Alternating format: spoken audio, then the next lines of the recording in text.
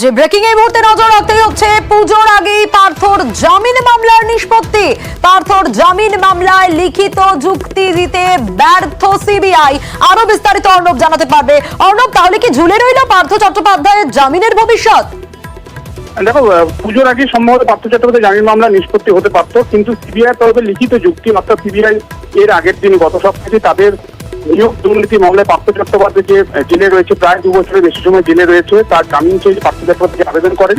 CBI যে যুক্তির ভাড়ার ছিল সেই ভাড়ার তারা উজাড় করে দিয়েছে, কিন্তু সিবিআই যে যুক্তিগুলো সেগুলি লিখিত আকারে নির্দিষ্টভাবে আদালতে জমা করার বা পেশ করার নির্দেশ ছিল বিচারপতি অরিজিৎ বন্দ্যোপাধ্যায় ডিভিশন বেঞ্চে।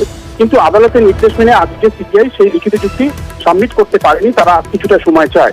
সেখানে কিছুটা হলেও বিরক্ত প্রকাশ করে আদালত এবং শেষমেশ 1 তারিখ অর্থাৎ 1 অক্টোবর সিবিআই কে একটা চূড়ান্ত ডেডলাইন দেওয়া হয়েছে। সেই সময়কালের মধ্যে তাদের লিখিত যুক্তি দিতে হবে, পেশ করতে হবে এবং 3 তারিখে পার্থ চট্টোপাধ্যায় জামিন মামলার হয়তো চূড়ান্ত রায় বা চূড়ান্ত নিষ্পত্তির দিকে হতে পারে। তবে এক্ষেত্রে যেহেতু আর সামনের সপ্তাহে কয়েকটা দিনের পরই ছুটি ঘোষণা হয়ে যাচ্ছে, বিচারপতি অরিজিৎ বন্দ্যোপাধ্যায় তিনি ভরাই দিলে জানিয়েছেন যে সামনে লম্বা পুজোর ছুটি রয়েছে, আদালত চেষ্টা করবে অন্তত পুজোর ছুটির আগে পার্থ চট্টোপাধ্যায় জামিন মামলার নিষ্পত্তি সেটাকে করতে। কারণ যেহেতু বড় মামলা, সেই বড় মামলার ক্ষেত্রে জাজমেন্ট লেখার ক্ষেত্রে অনেকটা সময় ব্যয় করতে হয়, বিচারপতিতে অনেক দিক ভেবে লিখতে হয়। যদিও পার্থ চট্টোপাধ্যায় আইনজীবী মিলন মুখোপাধ্যায় সিনিয়র তিনি জানিয়েছেন অনুব্রত মণ্ডল, অরবিন্দ কেজরিওয়াল, মনীষ সিসোদিয়া, পি চিদম্বরম একাধিক মামলা সিবিআই এর ক্ষেত্রে বিভিন্ন মামলা বা ইডির মামলার ক্ষেত্রে সুপ্রিম কোর্ট বলে দিয়েছে প্রভাবশালী কারা প্রভাবশালী নয়, কারা কখন বেল পেতে পারে। পার্থ চট্টোপাধ্যায় এখন মন্ত্রী নন, পার্থ চট্টোপাধ্যায়ের সঙ্গে একজন মানুষও এই মুহূর্তে তৃণমূল কংগ্রেসে রয়েছে বলে তার জানা নাই। তাই কোন যুক্তিতে প্রভাবশালী, কোন যুক্তি দেখে তাকে আর জেলে আটকে রাখা যায়। যদিও 3 তারিখ 1 তারিখ ডেডলাইন লিখিত যুক্তি সিবিআইকে দেওয়ার নির্দেশ দিয়েছে ডিভিশন বেঞ্চ এবং 3 তারিখ শুনানি এবং সেখানেই হয়তো পার্থ চট্টোপাধ্যায় জামিন। বেশ, একেবারে 1 তারিখ অব্দি ডেডলাইন, 3 তারিখ শুনানি।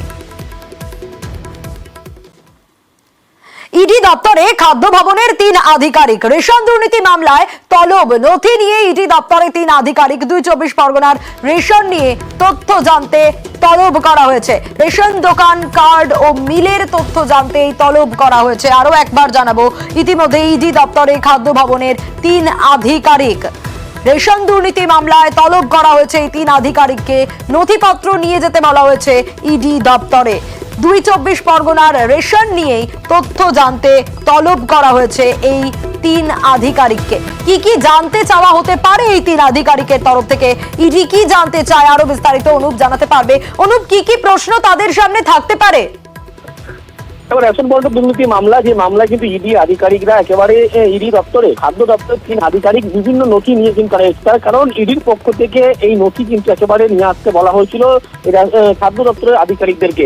এবং ইডি সূত্রে খবর মূলত উত্তর 24 পরগনা, দক্ষিণ 24 পরগনা জেলায় এলাকায় কতগুলো রেশন দোকান রয়েছে, কত রেশন কার্ড রয়েছে, এর পাশাপাশি কত মিল রয়েছে, এই সমস্ত জানতে চেয়েই কিন্তু একেবারে ইডির পক্ষ থেকে খাদ্য দপ্তরের আধিকারিকদেরকে কিন্তু মেইল করা হয়েছিল।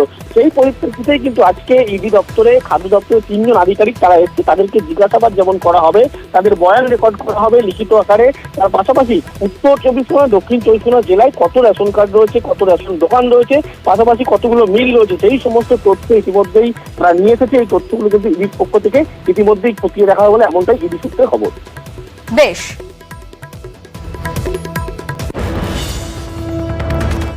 আর এবার নজর রাখবো বারুইপুরের ঘটনার দিকে। গুণধর শিক্ষক, জঘন্য কীর্তি ফাঁস এই শিক্ষকের। বারুইপুরের কোচিং সেন্টার, সেখানে নাবালিকাকে দিনের পর দিন ধর্ষণ করেছে শিক্ষক, এমনটাই অভিযোগ উঠে আসছে। হুমকি দিয়ে কিশোরীকে দিনের পর দিন ধর্ষণ। অর্পণ রয়েছেন আমার সঙ্গে, আরো বিস্তারিত অর্পণ জানাতে পারবে। অর্পণ, এই জঘন্য ঘটনা কতদিন আগে থেকে ঘটাচ্ছে এই শিক্ষক? কি ব্যবস্থা নেওয়া হয়েছে এই শিক্ষকের বিরুদ্ধে? দেখো, পুলিশের তরফ থেকে ইতিমধ্যেই এই শিক্ষকের বিরুদ্ধে পক্সো আইনে মামলা করা হয়েছে এবং তাকে 15 মিনিট আগে বারুইপুর মহকুমা আদালতে পেশ করা হয়। পাশাপাশি এই ছাত্রী তার বয়ান নেওয়ার জন্য তাকেও আদালতে পেশ করা হয়েছে।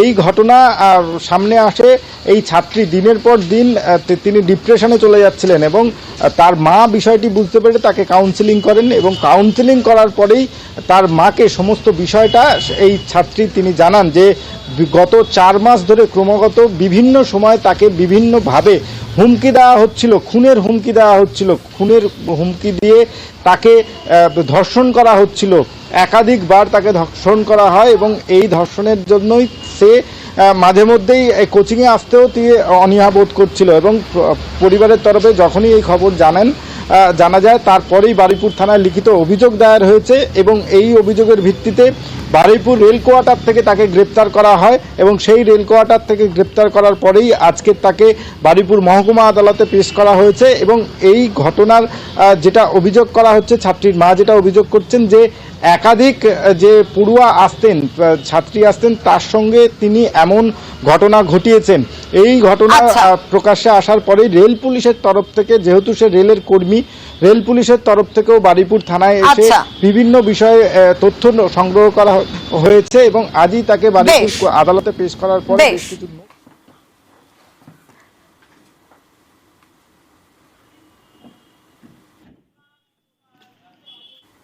ভাঙড়ের পোলের হাট, সেখানে আবার আরো ভয়ানক ঘটনা। মদের আসরে ধুন্ধুমার নেশার ঘরে যুবককে কোপ বন্ধুকে কোপ দিয়ে দিল।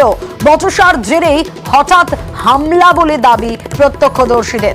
অভিযুক্তকে ধরে বেধড়ক মার স্থানীয়দের। ক্ষুব্ধ এলাকাবাসী, আগুন অভিযুক্তের আত্মীয়দের দুটি বাড়িতেও।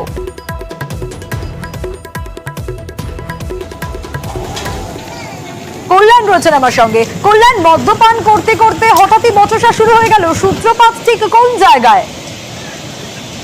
একেবারে স্থানীয় বাসিন্দাদের সূত্রে আমরা যে খবর পাচ্ছিলাম যে এই তারাপদ্ম মন্ডল সহ তার যে সহপাঠী ছিল তারা প্রায় কিন্তু তাদের নিজেদের বাড়িতে মদ্যপান করতো একসঙ্গে। ফলে এই ঘটনাকে কিন্তু গতকালকেও মদ্যপান করছিল, সেই সময় নিজেদের মধ্যে হঠাৎই মদ খাওয়াকে কেন্দ্র করে বচসা সৃষ্টি হয় এবং তার থেকে কিন্তু এই অশান্তির সূত্রপাত। এবং পরে একটা সময় পর তারাপদ্ম মন্ডল সে কিন্তু দা দিয়ে কোপ মারে এবং আহতকে উদ্ধার করে জিরানগাছি ব্লক প্রাথমিক স্বাস্থ্য কেন্দ্রে ভর্তি করে স্থানীয় বাসিন্দা।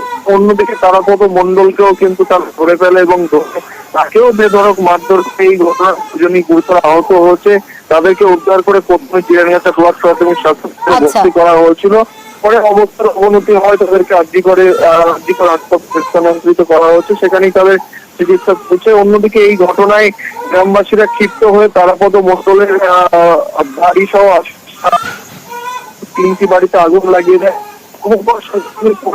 বিশাল পুলিশ ঘটনাস্থলে এবং তারাপদ মন্ডলের বাড়িটি না বাঁচাতে পারলেও দুটি বাড়ি ছিল, সেই বাড়ি কিন্তু জলদি আগুন নিভিয়ে দেয় তারাপদ মন্ডলের বাড়ি।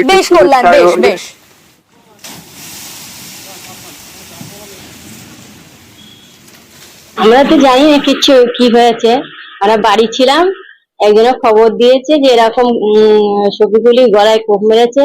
আমরা এসে দেখি যে দাঁড়িয়ে রয়েছে, এবার গাড়ি করে নিয়ে চলে এসেছি, দা নিয়ে কোপ মেরেছে।